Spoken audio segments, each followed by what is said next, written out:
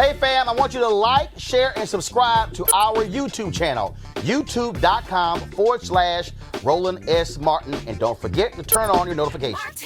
Yesterday's hearing on hate crimes and the rise of white nationalism before the full House Judiciary Committee continues to make waves. Unfortunately, it involves cleaning up the ignorance of Candace Owens. Owens is with the Trump PAC, Turning Point USA. First question, of course, is why is she even called to testify at all? Why was she on the same panel as people as distinguished and informed as Kristin Clarke, the CEO of the Lawyers Committee for Civil Rights Under Law, and Eva Paterson, president of the Equal Justice Society, both distinguished attorneys with decades of social justice work? Ms. Owens, on the other hand, attended but did not graduate from college and co-founded a marketing agency before coming to the attention of conservatives. Who asked her to testify, you might ask? One of the Republicans on the committee. Yesterday at the hearing, she was fed this question by one of the Republican members. Ms. Owens, let me begin with you if I can. I think it's fair to say that you didn't start off on the conservative side of the ledger. Is that correct? That's correct. I was a liberal. Okay.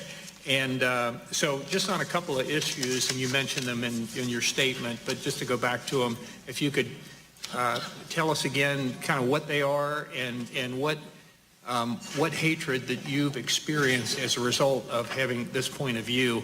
You mentioned the term Blexit. Would you describe what that is and what hate that you've experienced as a result of your position on that?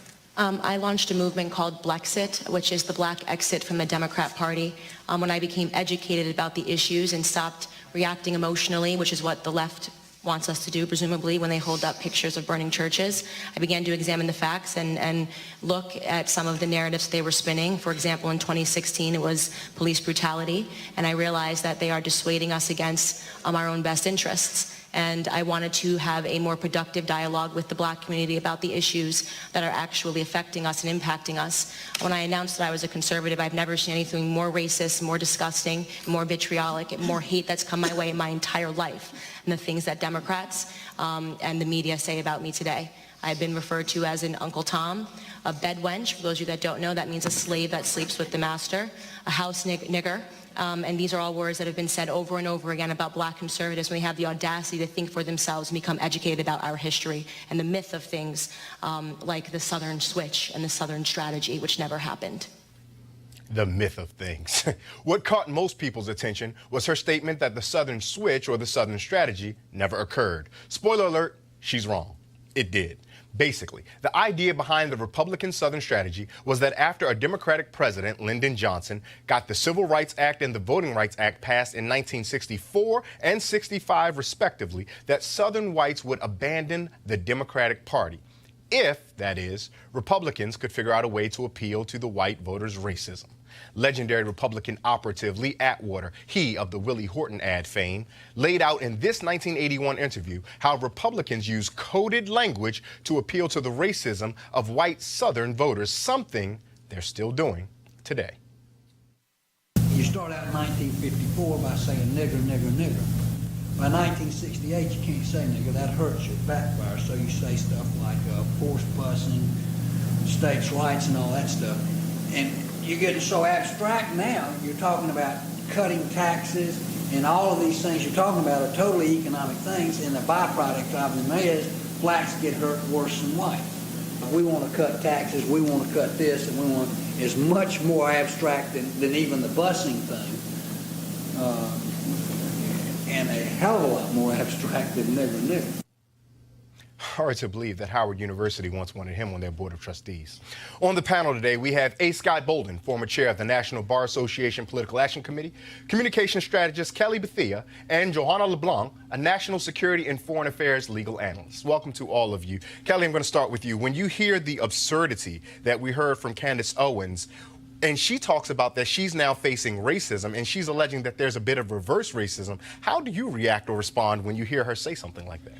You know, at this point, I can't tell whether she's gaslighting or whether she's actually ignorant, because it's just not true. It's just not true. Like, there's history about it, there's recordings about it, there's people who are still alive who can testify to the fact that this stuff happened.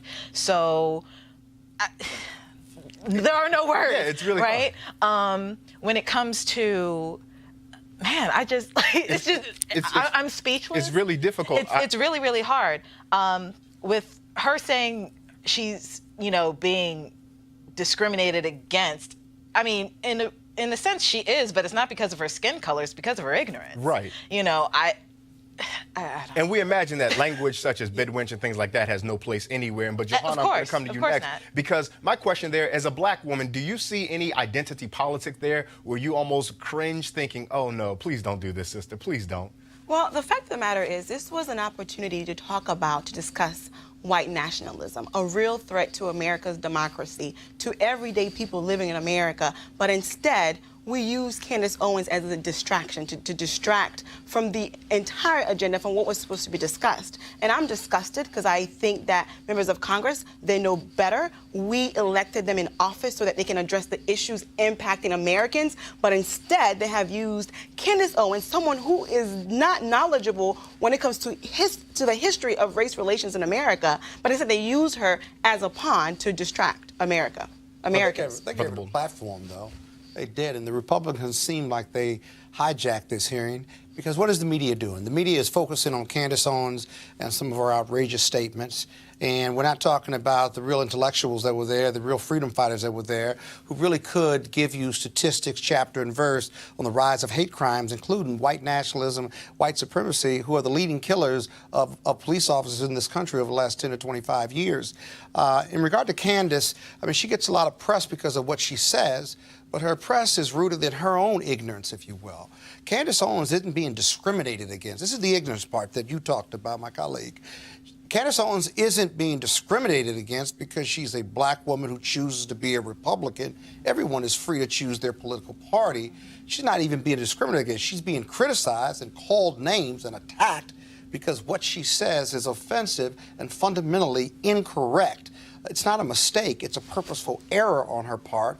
And so they twist the words to say that attacks on police officers are down or that the Southern strategy was not accurate. There's empirical data, documentary evidence to support this, and the piece that you just ran confirms that. But it also shows how it doesn't really matter to the Republicans what's right or wrong, what's truth or false. It's to get that message out, to talk to the core Republicans who believe in the nonsense, and many are as ignorant as those who put life to those words, like Candace. Kelly, you work in communications, so I'm curious about your thought about this. If we're having a hearing on white nationalism and the violence around that, that's going to point back to President Trump. If Candace Owens gets out here and steals the headlines by being incompetently wrong in public, that now gets us not talking about this. Is there a chance this was deliberate? Of course it was deliberate. Candace Owens has, for lack of a better phrase, been used as a token for the entirety of her time in the spotlight. Every time something happens with the Trump administration, Fox brings on Candace. Every time Trump says something absolutely absurd via tweet or news conference, what have you, they bring on Candace to bring on maybe like the black perspective of things that I don't know about other black people, but the black people that I know don't share that same perspective. So it's definitely a smoke and mirrors thing with her. I don't understand why she still, allows herself to be used in this manner, because it's really obvious. But it's definitely a communication strategy, no doubt. But it's really rooted, again, in ignorance. So, for example, when Candace Owens says that, why aren't we here talking about ANIFA, for example? Or ANIFA is a far-left political party that wants balance and wants a more liberal view of the world at all costs, right? Violence, whether it's white nationalism or ANIFA, violence is wrong. But look at what their goal is. ANIFA's goal isn't a race war, isn't a black majority or a coalition of minority majority here. Their view is that we should be a much more liberal society. I'm not defending them. Then when you look at when they go against white nationalists, if you will, or the Nazi Party, who want a race war, who believe that America ought to stay the majority white, and that the immigration piece is really rooted in their racism, because the rhetoric you hear from the Nazis and the Nationalist Party and the Ku Klux Klan is the very rhetoric you hear from the White House. Then you understand that nationalism and Nazism is rooted in race. ANIFA is rooted in policy and how they view America. Kelly, I'm going to give you one more chance to get in, then I want to hear from Johanna real quick, please. Of course. Just brief correction, it's Antifa. Antifa? Antifa. They spelled it wrong in Antifa. Washington Post. The anti-fascist organization. Yeah. Antifa. Antifa. I knew Yeah. it. Jonna, excuse me, I want to let you get the last word on this. Yeah, so the whole notion that Candace Young is indicating that black people are persecuting her because of her political views, that is not true. Black people, we have folks with different views who are Republicans, who are Democrats, who are liberals, who are whatever. The issue is her ignorance and her comments, which have no facts to support them, and it's impeding progress, because as we see, the media has been using her to promote their agenda, and they're doing a good job. The fact that we've been talking about her, they're doing a good job. At the best, she's wildly uninformed, and that's the nicest thing we can And say that is about her. dangerous. And at the worst, she's manipulative and being willing to be used to subvert the intentions and the best practices of the United States. Someone who is uninformed, has access to the Right. media, is dangerous for It's America. dangerous It's for all actually a people. threat. And Right. won't debate Particularly. Roland Martin. Well, She's been invited many times. There are a number of people who won't debate Roland, probably because how bad it would look when they sit up here with him. All right, folks, back to that Roland Martin Unfiltered video in just one moment. Calling all HBCU alumni. That's me, Scott. I know you're one as well. Yeah, all the HBCU alumni in the house. Yeah, we deep in here today. Calling all the HBCU alumni, students, and leaders. Enter the Ford Motor Company HBCU Mobility Challenge and win $25,000 for your school. Building on their long-term support of HBCUs, Ford is looking to improve mobility in HBCU communities through innovative solutions. The winning program will receive a grant of up to $25,000 to implement their proposal. The deadline to apply has been extended to April 15th, 2019, tax day. Get the Ford application in and your taxes at the same time.